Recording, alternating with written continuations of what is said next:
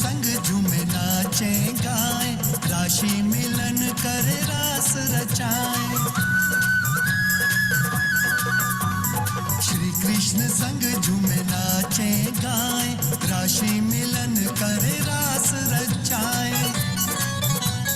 खेले खाए संग ख्वाबों में लाए, ख्यालों के झूले में झूले झूलाए। वो मन भावन पावन पावन, स्वर्ग सुहावन लाया हो आया कृष्ण कन्हैया। झूमो नाचो रे भैया, हो आया कृष्ण कन्हैया। झूमो नाचो रे भैया।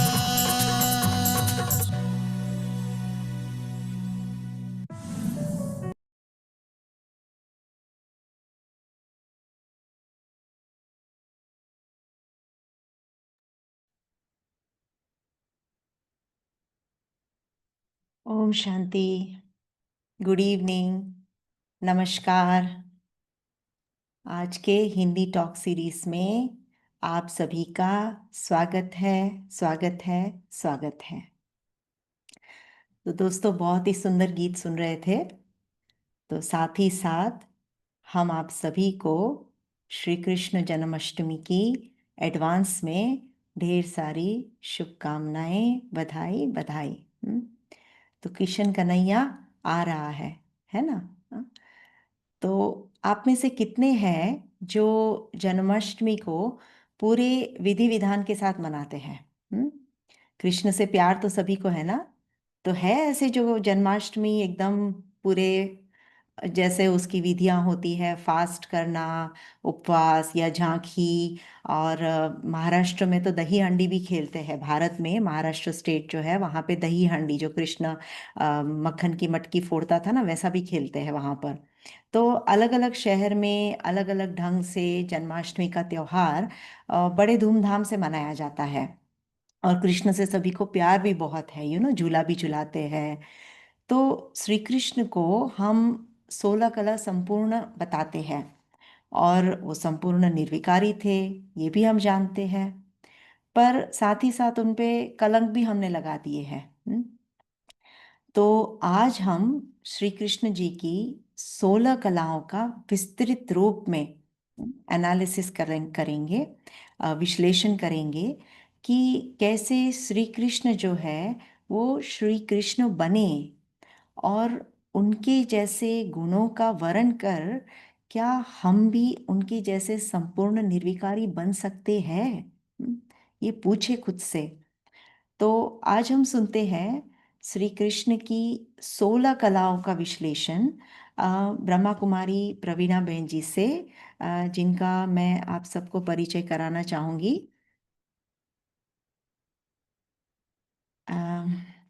तो ब्रह्मा कुमारी प्रवीणा बहन जो है, आप नडियाद ब्रह्मा कुमारी सेवा केंद्र में, गुजरात में, भारत में गुजरात में नडियाद करके एक शहर है, तो वहाँ पे आप पिछले 19 सालों से अपना जीवन जो है वो ईश्वरीय कार्य, अर्थ, समाज कल्याण के लिए समर्पित कर सेवाएं दे रही है। और आपने महाराष्ट्र से एमकॉम और डिप्लोमा इन टैक्सेशन लॉ की पढ़ाई की है, और आप कॉमर्स कॉलेज में लेक्चरर भी रह चुके हैं। तो आइए सुनते हैं हम प्रवीणा बहन जी से। आज का टॉपिक है 16 कला संपूर्ण श्री कृष्ण की दिव्यता का अन्वेषण। प्रवीणा बहन, आपका बहुत बहुत बहुत बहुत स्वागत है हमारे आज यूके परिवार में, यूके परिवार की तरफ से। तो आइए हम सुनते हैं प्रवीणा बहन से। ओम शांति। सुनाई दे रहा है सभी को? ओम शांति। Good evening. जैसे आज का हमारा विषय जन्माष्टमी निमित्त है, थोड़ा सा पीछे जाना चाहूंगी। अभी अभी हमारा एक त्योहार पूरा हुआ, रक्षाबंधन। आप सबको भी रक्षाबंधन की बहुत बहुत मुबारक। ये भी एक ऐसा प्यार भरा त्योहार है जिसमें सिर्फ न भाई और बहन लेकिन इसमें बहुत सारी बातें, बहुत सारे संबंधों के, रिश्तों के, प्यार की बातें जुड़ी हुई होती है। और अभी आ रहा है श्री कृष्ण के जन्माष्टमी। जैसे देखा जाता है कि हर एक इंसान जो कर्म करता है, कर्म के आधार से उसके जीवन का चरित्र लिखा जाता है। संसार में ऐसे कई लोग हैं जिनकी जयंती मनाई जाती है, लेकिन वो जयंती के पीछे उनके हर चरित्र का गायन नहीं है। लेकिन एक संपूर्ण पुरुषोत्तम, सोले कला संपूर्ण श्री कृष्ण के हर एक चरित्र का गायन और हर एक चरित्र का पूजन होता है। इतनी विशेषता उनमें है। बहुत सारी कहानियां हम सब ने उनकी सुनी हुई है। आज उन कहानियों में हम न जाते हुए उस कहानियों के पीछे कुछ तो बातें हैं जो आज हम सुनना चाहेंगे या सीखना चाहेंगे या हम देखना चाहेंगे। वैसे देखा जाए तो सिर्फ भारत में नहीं, लेकिन आज भारत के लोग पूरे देश विदेश में बसे हुए हैं। हर एक भारतीय के दिल में ऐसा होता है कि हमें श्री कृष्ण जैसा बच्चा चाहिए, श्री कृष्ण जैसा भाई चाहिए, श्री कृष्ण जैसा पति चाहिए, श्री कृष्ण जैसा मित्र चाहिए। तो हर एक की एक ही डिमांड श्री कृष्ण जैसी है। क्यों? क्योंकि उन्होंने, श्री कृष्ण जी ने अपने जीवन के हर रिश्तों में वो इतनी बखूबी अपना पूरा किरदार निभाया है और इतनी एक्सपर्टाइज के साथ उन्होंने अपने सारे कर्तव्यों को पूरा किया है कि हर संबंध की चाहना यही होती है कि हमें श्री कृष्ण जैसा मिले। आपसे एक प्रश्न पूछते, क्या ये संभव है? क्या हमें श्री कृष्ण जैसा पति, श्री कृष्ण जैसा बेटा, श्री कृष्ण जैसा मित्र मिले? ये संभव है? चलो आज हम इस बात को देखते हैं, ये संभव है या नहीं। अब हम सबसे पहले देखते हैं कि छोटा सा बाल कृष्ण जन्मते ही अपने माता पिता से दूर होता है। जैसे ही उसे और स्थान पर जाना है, तो कहानियां हमने सुनी है, समुद्र पार करके जाना है। लेकिन समुद्र भी कैसा है, सॉरी नदी, नदी भी कैसी है, इतनी आंधी तूफान लेकर आई हुई है। लेकिन ये आंधी तूफान के पीछे भी एक खुशी थी कि संसार में ऐसे एक व्यक्तित्व का फिर से आगमन हो चुका है जो पापाचार और भ्रष्टाचार का नाश करने वाला है। और इसके आगमन के लिए नदी को भी उछल आई कि मैं भी जाऊं उसके स्वागत के लिए। और जैसे ही एक छोटा सा अंगूठा उस नदी के पानी को स्पर्श करता है, वो इतनी अनकंट्रोलेबल नदी भी एकदम शांत हो जाती है। ये उनका जन्म और जन्म के साथ साथ उनके जीवन के आगे की यात्रा का सबसे पहला ये जो दृष्टांत दिया जाता है कि जीवन कितने भी संघर्ष से भरा क्यों ना हो, लेकिन आपकी उपस्थिति उन सारे संघर्षों को शांत कर सकती है। ये उनका सबसे पहला दृष्टांत कि उनके जीवन की जो 16 कलाएं हैं, तो 16 कला का अर्थ ये होता है कि कोई भी चीज एकदम परफेक्ट होती है तो उसे कलाओं में गिनती की जाती है, और वो कला होती है 16 कला। जैसे सूर्य देखो, वो कभी अपनी कलाओं को कम नहीं करता है। वो सदैव जो है जैसा है अपने संपूर्ण स्वरूप से सबको सब कुछ देता है। तो जीवन, जिनके जीवन के हर यात्रा में जिससे सब कुछ दिया है, दिया है और दिया है, उसे कहा जाता है 16 कला। तो इस कलाओं की थोड़ी थोड़ी बात उनके चरित्र के साथ हम करते जाएंगे। नदी पार करके जाए दूसरे परिवार में, लेकिन वहां पर भी बहुत हंसते हंसते, खेलते खेलते कैसे जीवन बीत रहा है, आज हम उनके साथ अपनी जीवन यात्रा को भी हम शुरू करते हैं। एक छोटा सा ग्वाल बाल श्री कृष्ण, साथ साथ कान्हा कहा गया। कृष्ण का अर्थ ये होता है आकर्षण करने वाला। बचपन से ही उसके चेहरे को देखकर, उसकी अलौकिकता को देखकर, उसकी सौंदर्यता को देखकर हर कोई उसके पीछे मोहित हो जाता था। इसका कारण ये था कि उनमें वो आकर्षण थी। वो आकर्षण सिर्फ शारीरिक नहीं, लेकिन वो आकर्षण थी दिव्यता की, वो आकर्षण थी पवित्रता की। और वो पवित्रता की आकर्षण के कारण ही दुश्मन भी दोस्त बन जाते हैं। कोई भी परिस्थिति या कोई भी मुसीबत वो भी हल हो जाती है। सबसे पहली बात में ये भी बताया जाता है कि जब वो छोटा सा बच्चा उसे पुतना ले गई तो इतने धीरज से और छल कपट से जब उसे लेकर गए, लेकिन उनका कर्तव्य उन्हें याद था कि उन्हें संसार में आगमन क्यों हुआ है। इस संसार में पापाचार का नाश करने के लिए उनका आगमन, उतना जैसे का भी वध हंसते हंसते संपन्न किया। ये उनके जीवन कहानी से हम सीख सकते हैं कि अगर कहीं छल और कपट हो रहा है तो उसे साहस से या शांति से किस रीति से पार किया जाए। थोड़ा सा आगे जाते हैं, कहा गया है कि यमुना नदी को शेषनाग ने क्या किया, पूरा जहरीला बना दिया। अब ये कालिया नाग ने जब जहरीला बना दिया और वहां के सभी गांव के लोगों को जब परेशानी होती थी, नंद किशोर ने कहा कि कान्हा इसमें छलांग नहीं मारो, इसके अंदर डर है। तो श्री कृष्ण बाल अवस्था में ये बोल उठे कि जहाँ डर है वहां ही निर्भयता का जन्म होता है।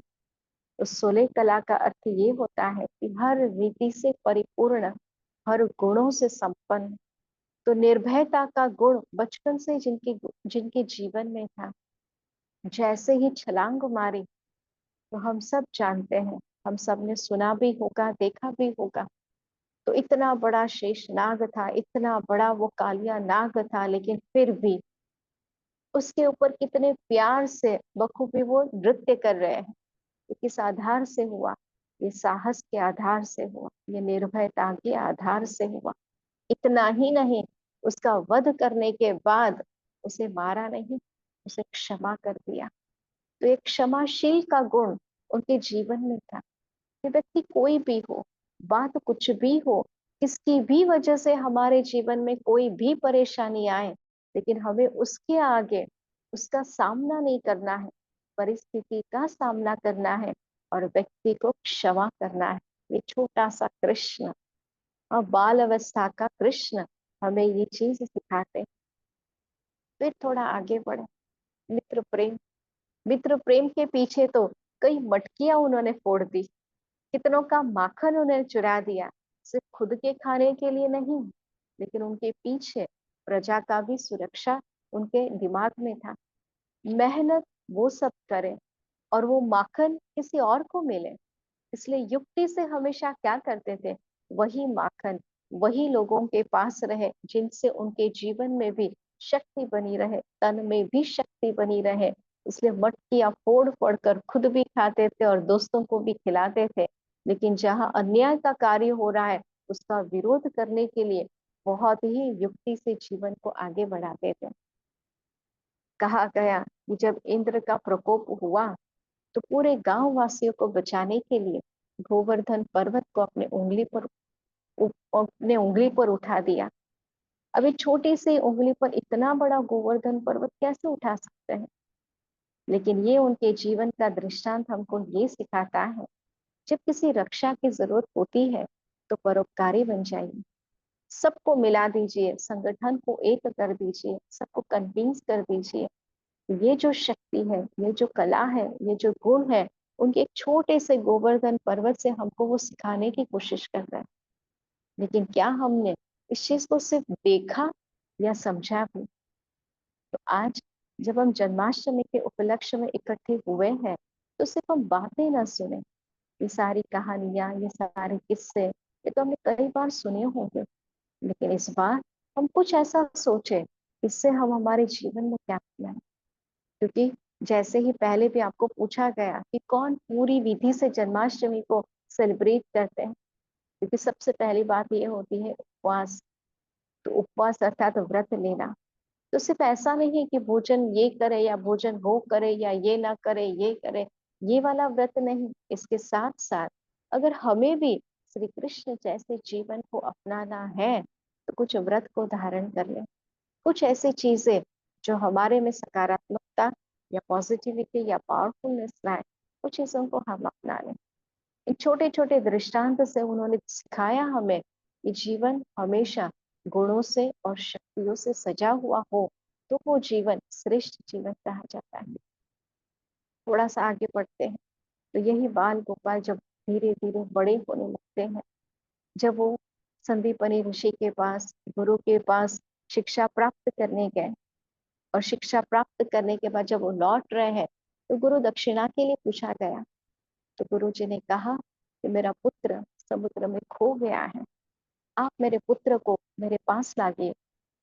तो अपने भाई बलराम के साथ समुद्र मार्ग में जाने के बाद यमराज के पास गए और यमराज से बड़ी विनती विनती की और उनके गुरु के बेटे को बहुत प्यार से वापस लाया और उनको लौटा दिया।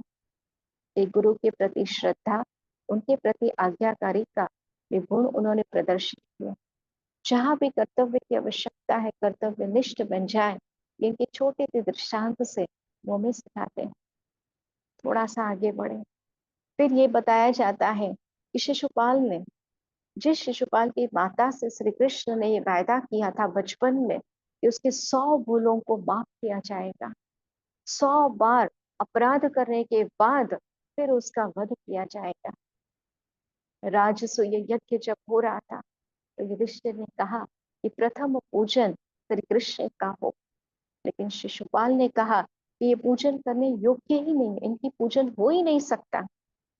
श्री कृष्ण शांति से बैठे रहे, कुछ नहीं कहा।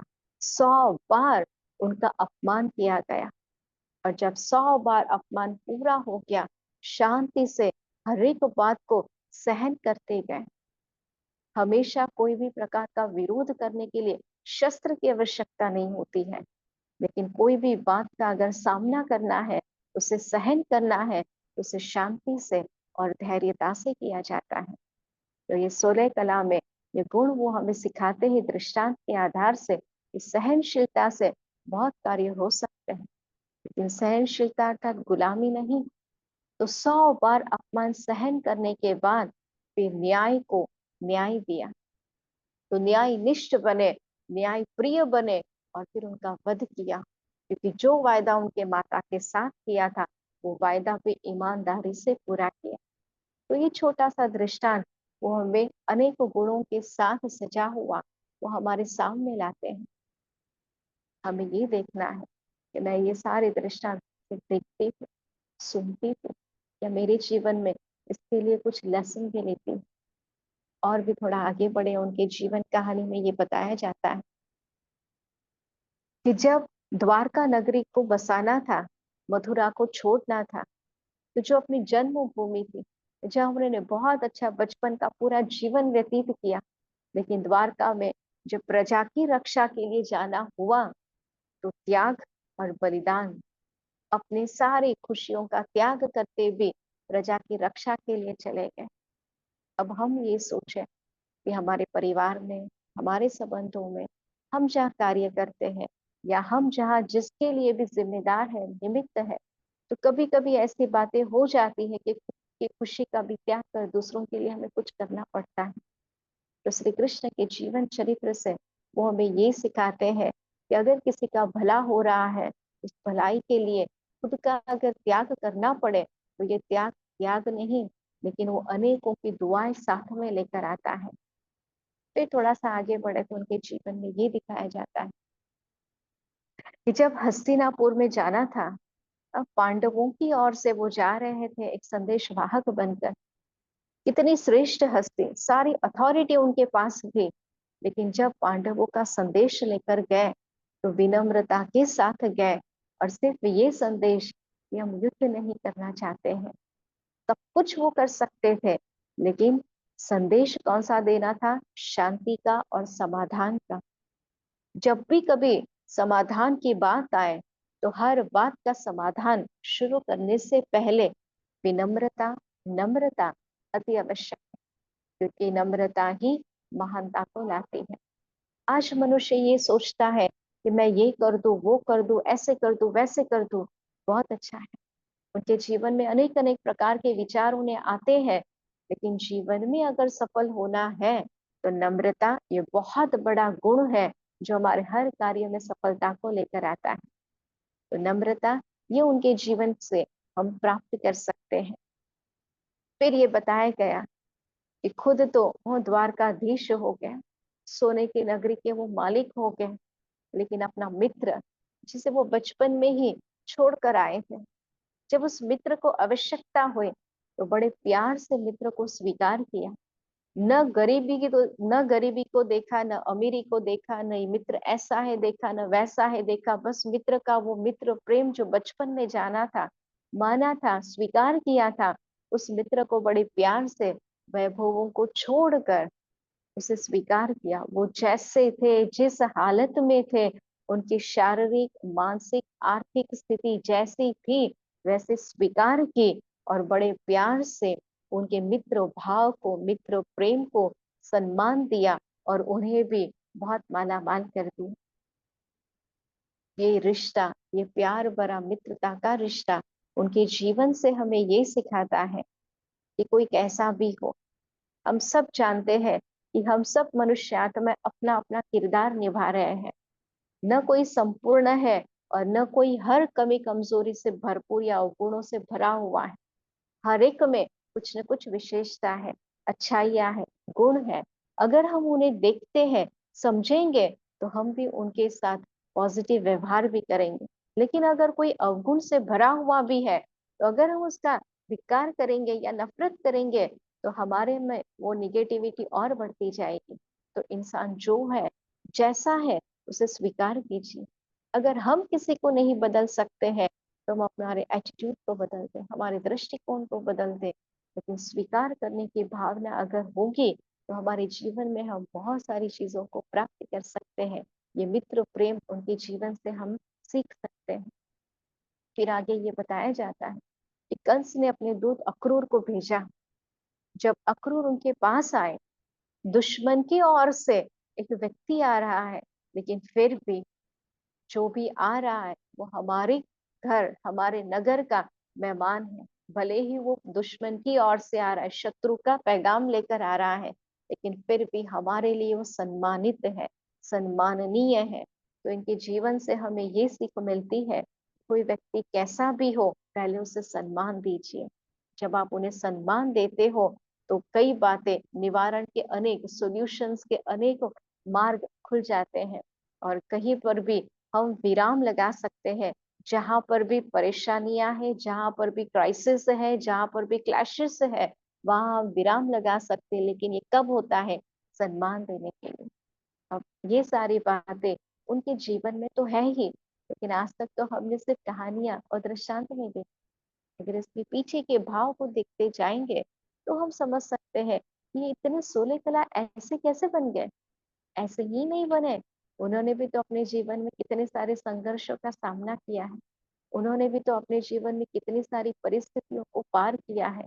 लेकिन हर परिस्थिति, हर संघर्ष के सामने कहीं न कहीं उनके पीछे एक गुण, एक शक्ति को कार्य में लगाया। तभी तो इतने सफल हुए। तभी तो हर कोई कहता था कि वो मनमोहन है। तभी तो हर कोई कहता था कि श्री कृष्ण मेरे हैं। इतना ही नहीं, जब देखा गया कि भरी सभा में द्रौपदी की चीरहरण हो रहे हैं, उन्होंने हर एक से गिड़गिड़ा कर मदद मांगी। लेकिन किसी से भी जब मदद नहीं मिली और जब अपने बुद्धि को उन्होंने सरेंडर किया, हे श्री कृष्ण, तू ही मुझे बचा, तो अव्यक्त होकर गुप्त रीति से उन्होंने कितनी सारे वस्त्र देकर उनको सम्मान कहो या उनकी रक्षा की। तो ये चीज क्या सिखाती है कि किसी की भी रक्षा की जरूरत तो हो, तो उसे बड़े प्यार से, हमारी संपूर्ण योग्यता के साथ, हमारी संपूर्ण विशेषता के साथ अगर हम किसी के लिए मदद रूप बनते हैं, यही हमारे जीवन का सबसे बड़ा कर्तव्य है। तो ये छोटी छोटी बातें हमें वो सारे गुणों से परिचित कराती है जो उनके जीवन में। सिर्फ इतना ही नहीं, जब ये कहा जाता है कि कंस उनके साथ युद्ध करने के लिए आ रहे हैं, तो रिश्ते में तो मामा लगते थे। लेकिन जब न्याय और अन्याय की बात आती है, तो रिश्तों को नहीं देखा, धर्म का साथ दिया। और उसी धर्म को आगे बढ़ाने के लिए जब अर्जुन को कुरुक्षेत्र के मैदान में, महाभारत के युद्ध में जब मोह जागृत हो गया और उन्होंने कहा कि हे कृष्ण, मैं मेरे बांधव और बंधुओं को कैसे मार सकता हूँ, मैं युद्ध नहीं कर सकता। तो ऐसे समय पर श्री कृष्ण ने बड़े धैर्यता से और ईमानदारी से अपना कर्तव्य पूर्ण किया, क्योंकि उनका वचन ये था कि मैं युद्ध में शस्त्र नहीं उठाऊंगा, और इस वचन को पूरी रीति से, ईमानदारी से उन्होंने बखूबी निभाया।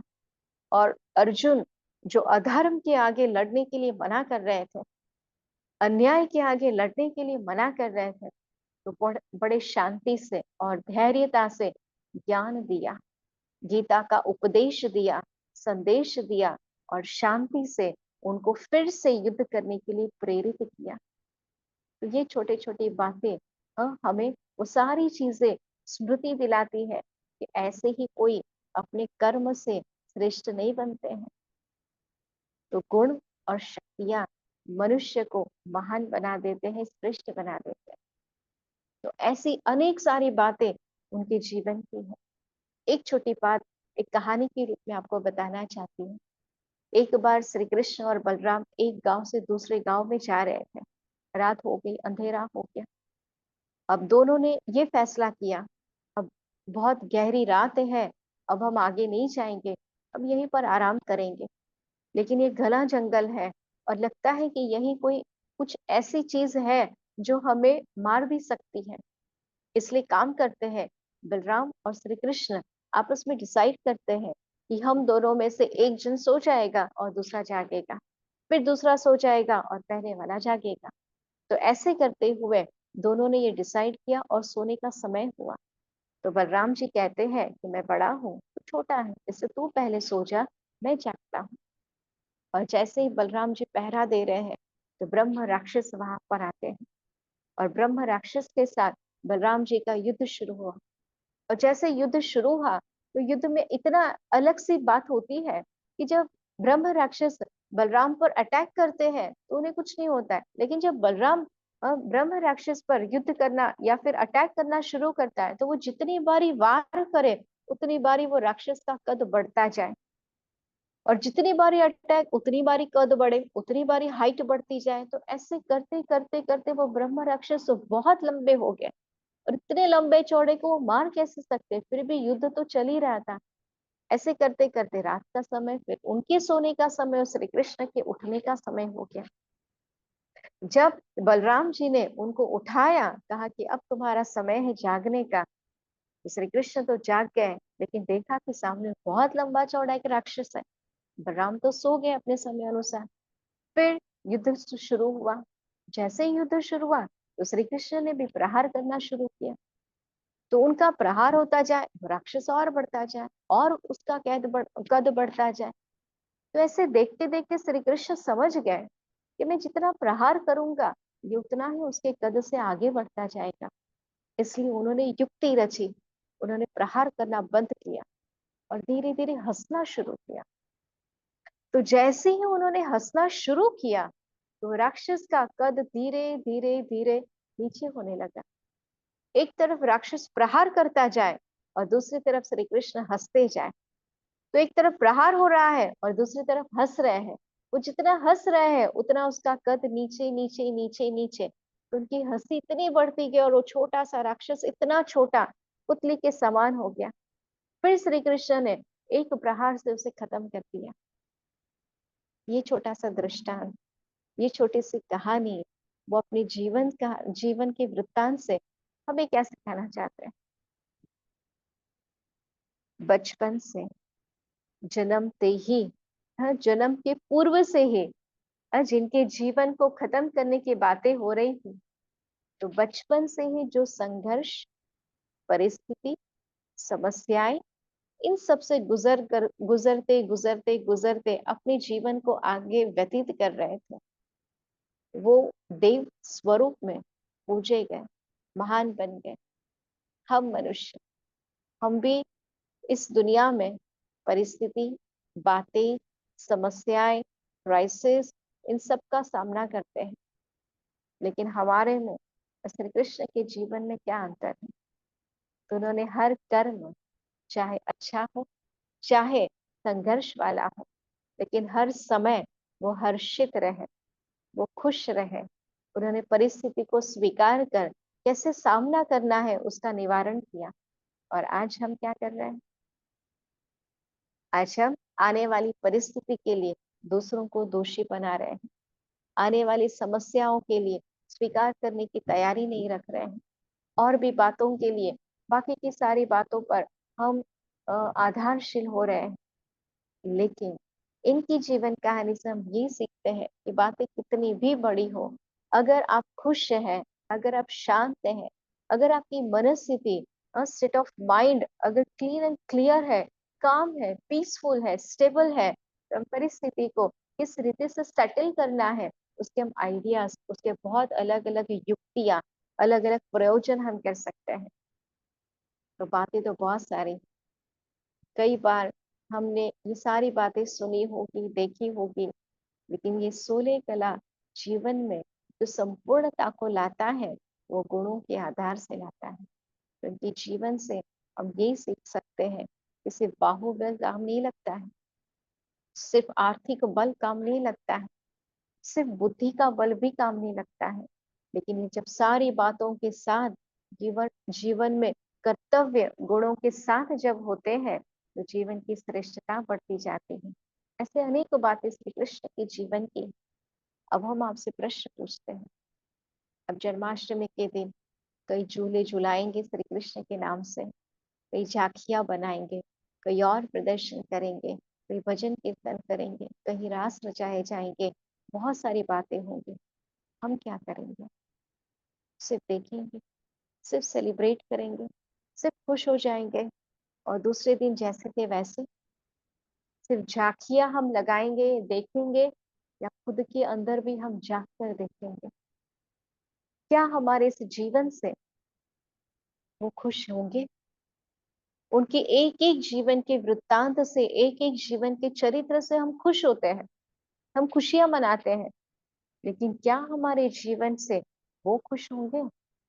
तो हम अपने अंदर झांके कि अगर मुझे अपने जीवन को श्रेष्ठ बनाना है, तो उनके जीवन के जो सिद्धांत हैं, जिन्हें मैं पूजन कर रही हूँ, जिन्हें मैं नमन कर रही हूँ, जिन्हें मैं हमारा इष्ट बना रही हूँ, उनके जीवन के कर्तव्यों को अगर मैं मेरे जीवन में लाऊंगी, तो बताओ क्या हमारा जीवन उनके जैसा बन पाएगा या नहीं बन पाएगा? बन पाएगा या नहीं बन पाएगा? तो सिर्फ, हाँ क्षमा कीजिए, लेकिन ये बात तो प्रैक्टिकल है। सिर्फ मैं पूजन कर लूं, सिर्फ मैं गायन कीर्तन कर लूं, सिर्फ मैं उनके नाम से रास रचा लूं, सिर्फ मैं उनके नाम से झूले झुला लूं, तो क्या इतने से काफी है? नहीं।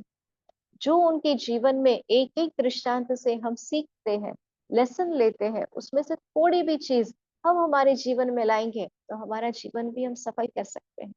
हम अगर उनके जीवन की 3 बातें भी हमारे जीवन में धारण करेंगे, तो हमारे जीवन को बहुत अच्छा बना सकते हैं। सबसे पहली बात, श्री कृष्ण के हाथ में बांसुरी दिखाते हैं। बांसुरी मुरली कहते हैं। बांसुरी कैसे होती है? उसमें होल्स होते हैं और वो अंदर से एकदम खाली होती है। उसमें कुछ भी ब्रेक या कुछ भी अलग अलग बीच में ऑब्स्टेकल्स नहीं है, वो कंप्लीटली खाली है, लेकिन होल्स है। क्योंकि उन छेदों की ही वजह से, उन होल की ही वजह से उसमें से बहुत सुरीला संगीत निकलता है। अब ये होल किस बात के? तो हमारे जीवन में भी अनेक प्रकार की परिस्थितियां, बातें, उलझने, समस्याएं, ये हमारे जीवन के होल्स हैं। लेकिन इस होल को अगर हम आगे बढ़ते हुए पॉजिटिवली देखते जाएंगे और इस होल को एक के बाद एक के बाद एक इस रीति से सीक्वेंस में जोड़े जाते हैं, लेकिन वो बांसुरी अंदर से एकदम प्लेन है, खाली है। तो श्री कृष्ण के जीवन में सबसे अच्छी और सबसे श्रेष्ठ बात ये थी कि उन्होंने किसी के प्रति अपने मन में कोई भी भाव नहीं रखा। न मित्र के लिए बहुत अपनेपन का भाव, न शत्रु के लिए कोई नफरत का भाव, हर एक के लिए समान भाव। तो आज मेरे मन के अंदर मैं चेक करूं कि सबके प्रति मेरा मन का भाव कैसा है। ये शुभ भावना जो उनके जीवन चरित्र में दिखाई जाती है, सबके प्रति, चाहे अपना हो, मित्र हो या दुश्मन हो, सबके प्रति शुभ भावना रखी। तो मेरे जीवन में मैंने क्या सबके प्रति, मेरा जीवन, मेरा मन, मेरी बौद्धिकता, मेरा एटीट्यूड, सबके प्रति मैंने समान रखा है? अगर मेरा मन इन सारी बातों में, उलझनों में लगा हुआ होगा, तो मैं जीवन का संगीत बहुत अच्छी रीति से नहीं बजा पाऊंगी। इसलिए मन को अगर हम जितना खाली करते जाते हैं तो आने वाली हर एक परिस्थिति, हर एक बात रूपी होल, उसमें से भी हम अच्छी बातें ले सकते हैं और अनुभव के बहुत सुंदर सुरीले सुर हमारे जीवन बंसुरी से, बांसुरी कहो या मुरली से हम बजा सकते हैं। ये पहली बात, क्योंकि श्री कृष्ण अर्थात उनके हाथ में तो बंसुरी होती ही है। तो हम भी हमारे जीवन में सबके प्रति पॉजिटिव थिंकिंग, शुभ भावना रखते जाएं, हर एक बात से कुछ पॉजिटिव निकालते जाएं, हर एक गुण को जोड़ते जाएं, हमारा जीवन भी संगीत के समान सुरीला बनता जाएगा। दूसरी बात, उनके सिर पर मोर मुकुट दिखाया जाता है। मोर मुकुट अर्थात पवित्रता की निशानी। पवित्रता अर्थात तन और मन की शुद्धता। इस संसार में चारों तरफ हम देखें तो कुछ न कुछ बातें हैं, नेगेटिविटी है, बहुत सारे प्रॉब्लम्स हैं, बहुत सारे वेस्टेज है, लेकिन हमें उनकी जैसा अगर जीवन चरित्र को अपनाना है तो शुद्धता को धारण करना होगा, क्योंकि पवित्रता किस आधार से आती है? पवित्रता ज्ञान के आधार से आती है। उन्होंने हर एक जीवन के क्षेत्र में, हर एक जीवन के एक एक स्टेप्स में जो भी यूज किया, वो गुण भी किस आधार से आए? ज्ञान के आधार से। तो मुझे भी कुछ ज्ञान की बातों को समझना, तो वो ज्ञान क्या? सबसे पहला कि मैं कौन। जितना जितना मैं स्वयं को समझती जाऊंगी तो ऑटोमेटिक मेरे अंदर जो विशेषता है, मेरे अंदर जो गुण है, मैं उसे अपने कार्य में ला सकूंगी। तो परमात्मा जो ज्ञान के सागर है, तो परमात्मा के ज्ञान की गंगाओं से अगर मैं भी खुद को स्वच्छ बनाती जाऊंगी, खुद को संपन्न बनाती जाऊंगी, तो मेरे अंदर की जो विशेषता है, क्वालिफिकेशन है, क्वालिटीज है, उसे मैं यूज करती जाऊंगी। क्योंकि हम सब ईश्वर की संतान है। जो परम शक्ति परमात्मा, उसके हम सब संतान, तो हमारे में भी विशेषता तो है ही ना। वो कौन सी विशेषता है? अगर हम उसको जानते जाएंगे और हमारे कार्य में लगाते जाएंगे, तो जिस कार्य के लिए संसार में श्री कृष्ण का आगमन हुआ था, तो हर परिस्थिति में, हर समस्या को पार करते समय भी उन्हें स्मृति थी कि मुझे उन पर विजय प्राप्त करनी है। तो अगर मुझे भी ये ज्ञान, ये स्मृति रहेगी कि मैं संसार में क्यों हूँ, तो बाकी की जो नेगेटिव और वेस्ट बातें हैं वो मुझ पर हावी नहीं होगी, वो मुझ पर प्रभावित नहीं करेगी। लेकिन मेरा स्वभाव कैसा बनता जाएगा? रिएक्टिव वाला नहीं, रिस्पॉन्ड वाला बनता जाएगा। लेकिन इसके लिए आवश्यकता है ज्ञान, समझ। अपने अंदर, अपने अंदर हम जितना झांकते जाएंगे, वो हमारी क्वालिटीज, वो हमारी शक्तियां हम महसूस करते जाएंगे। और श्री कृष्ण की जीवन की एक सबसे अच्छी बात कि वो सारथी बने। सारथी अर्थात सब कुछ उनके पास अथॉरिटी थी, वो सब कुछ कर सकते थे, लेकिन फिर भी खुद को हमेशा साक्षी और सारथी बनाया। तो सारथी का अर्थ क्या होता है? ट्रस्टी। हम क्या करते हैं? मेरा घर, मेरा परिवार, मेरी जिम्मेदारी, मेरे रिश्ते नाते, मेरी रिस्पॉन्सिबिलिटीज, नहीं, ये उस पर दे दीजिए, परमात्मा को दे दीजिए। जब परमात्मा हमारे इस नैया को अच्छी रीति चलाएगा, खुद सारथी बन जाओ, वो मालिक है।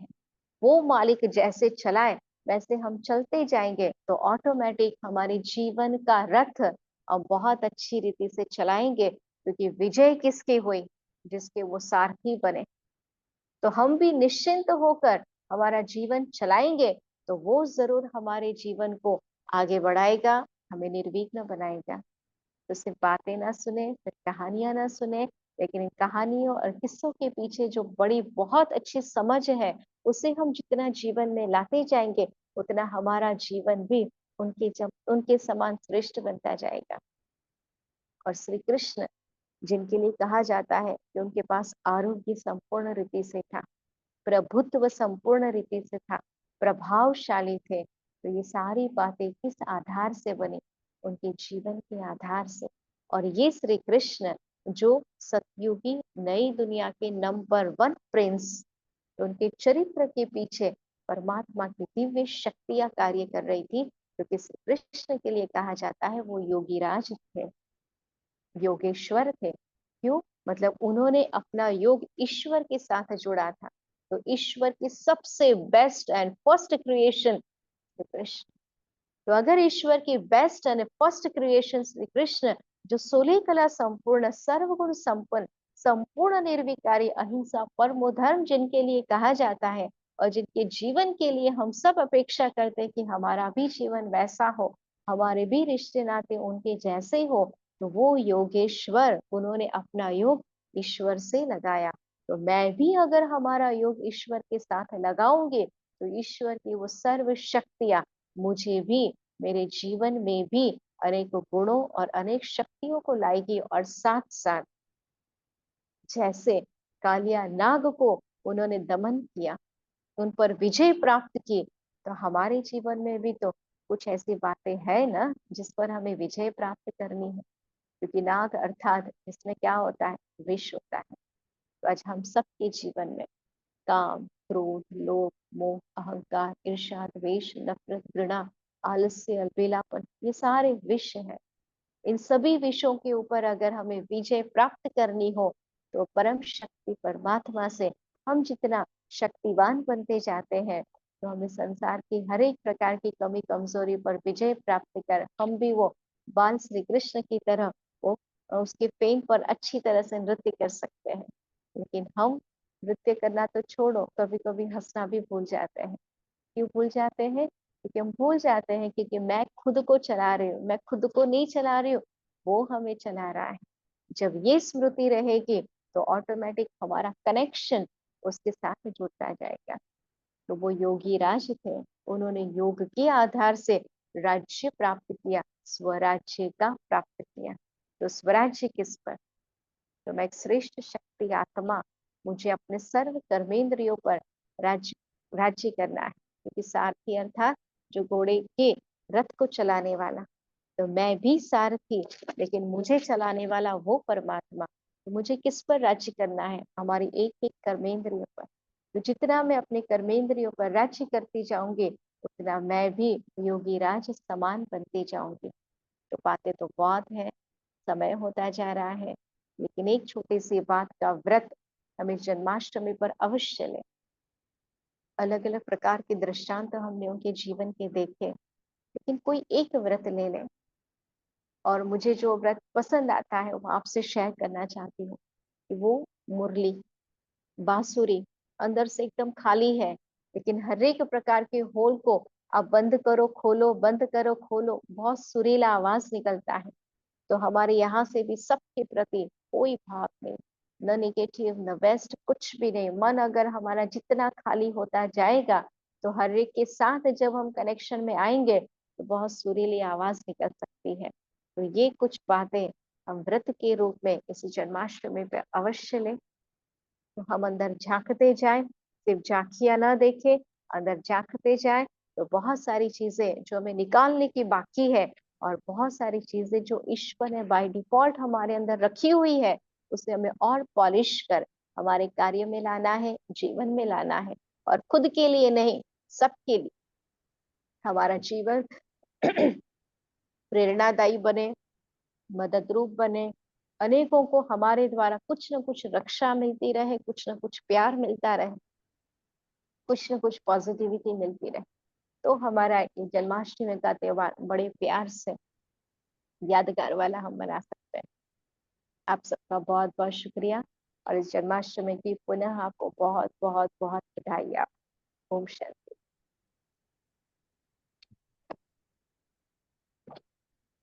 Thank you very very very much. Praveena बहन ने बहुत सार में लेकिन इतना डीप हम सबको बताया। आप सब अग्री करते हैं इस बात से? ऑलरेडी मैसेजेस आने शुरू हो गए हैं। Very beautiful sharing, Om Shanti, very powerful class.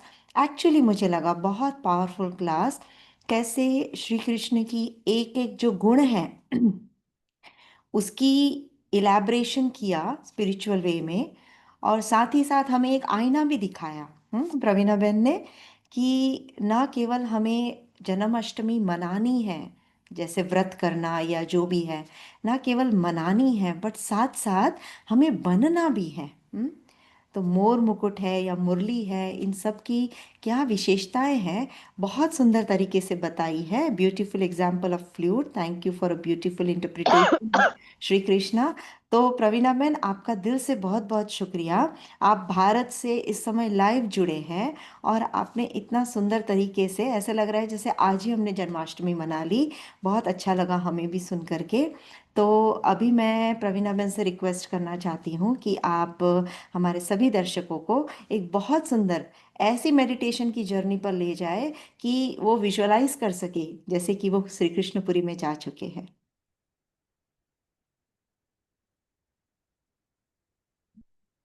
Om Shanti. हम गाइडेड मेडिटेशन करेंगे। सबसे पहले स्वयं को थोड़ा सा रिलैक्स कर दीजिए।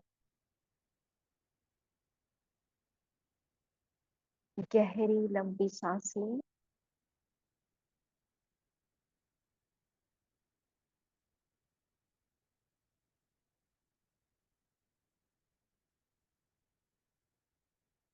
पुनः गहरी लंबी सांस लें।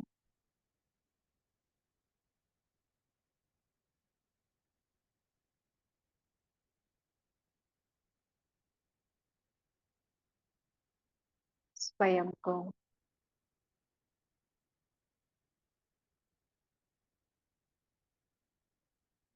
इस शरीर में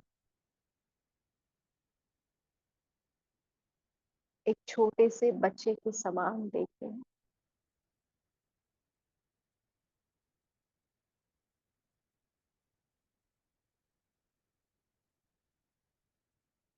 जिस प्रकार बाल गोपाल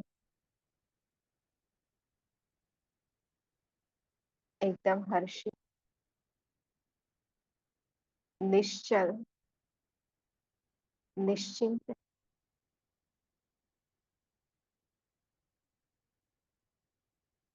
मैं एक छोटे से बच्चे के समान हूँ, एकदम रिलैक्स हूँ।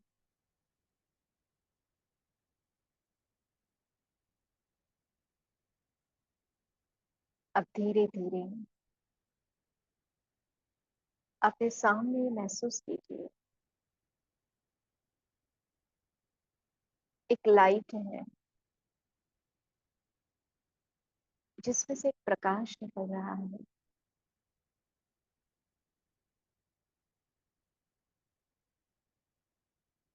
एक डिवाइन लाइट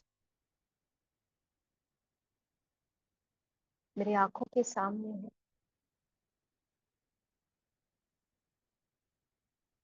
मेरा ध्यान एकाग्र है उस लाइट के ऊपर।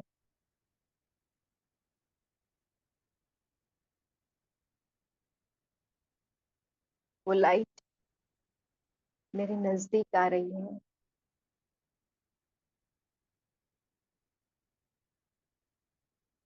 उसका प्रकाश मैं महसूस कर रही हूँ।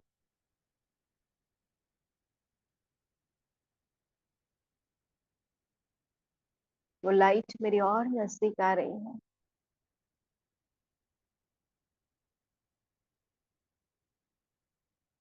मेरे समीप आते आते मेरे भ्रुकुटी में, मेरे मस्तक में वो लाइट चमक रही है।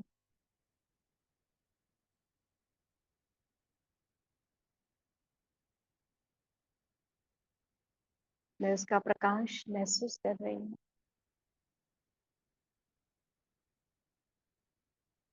डिवाइन लाइट मेरे अंदर,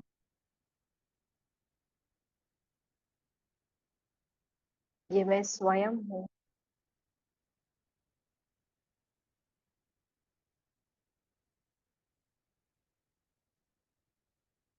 इस लाइट से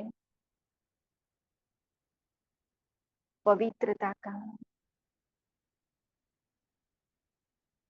दिव्यता का और शांति का प्रकाश निकल रहा है।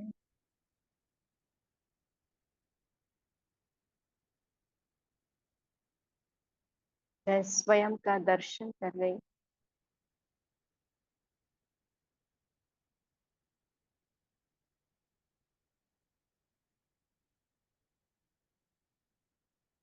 I am a divine light. I am a pure light.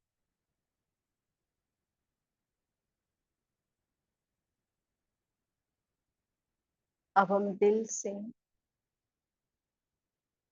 परम शक्ति परमात्मा का आह्वान करें।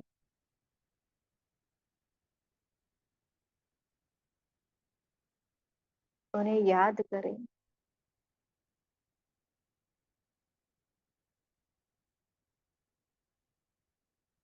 उनकी सर्व शक्तियों को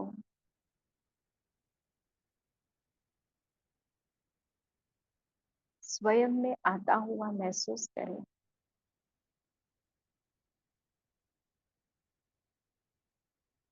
परम शक्ति परमात्मा की पावरफुल किरणें मुझ डिवाइन लाइट में आ रही है।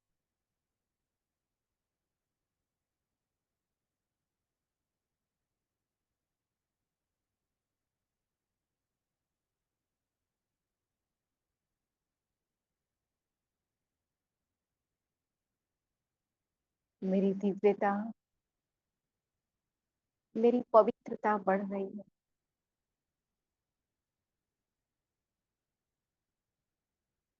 मेरे संस्कारों में दिव्यता आ रही है।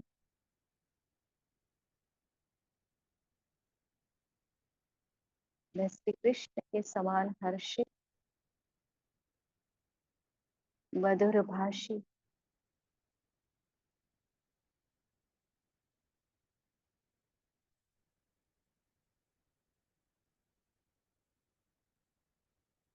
परम शक्ति परमात्मा की शक्तियां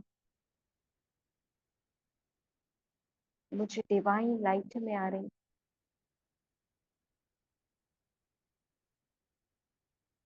मेरी सहन शक्ति बढ़ती जा रही।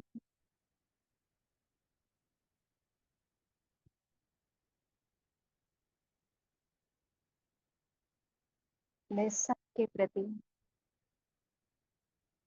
शुभ चिंतन करने वाली,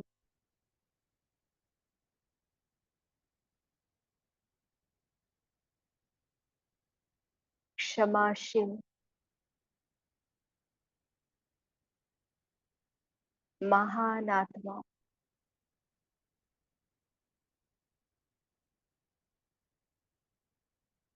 कुछ क्षणों के लिए अपनी डिवाइन लाइट को देखते रहे।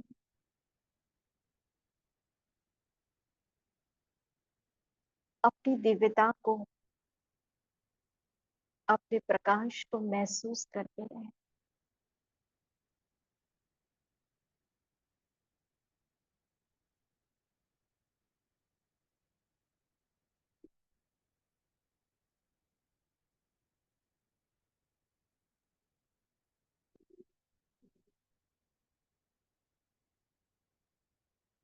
ओम शांति।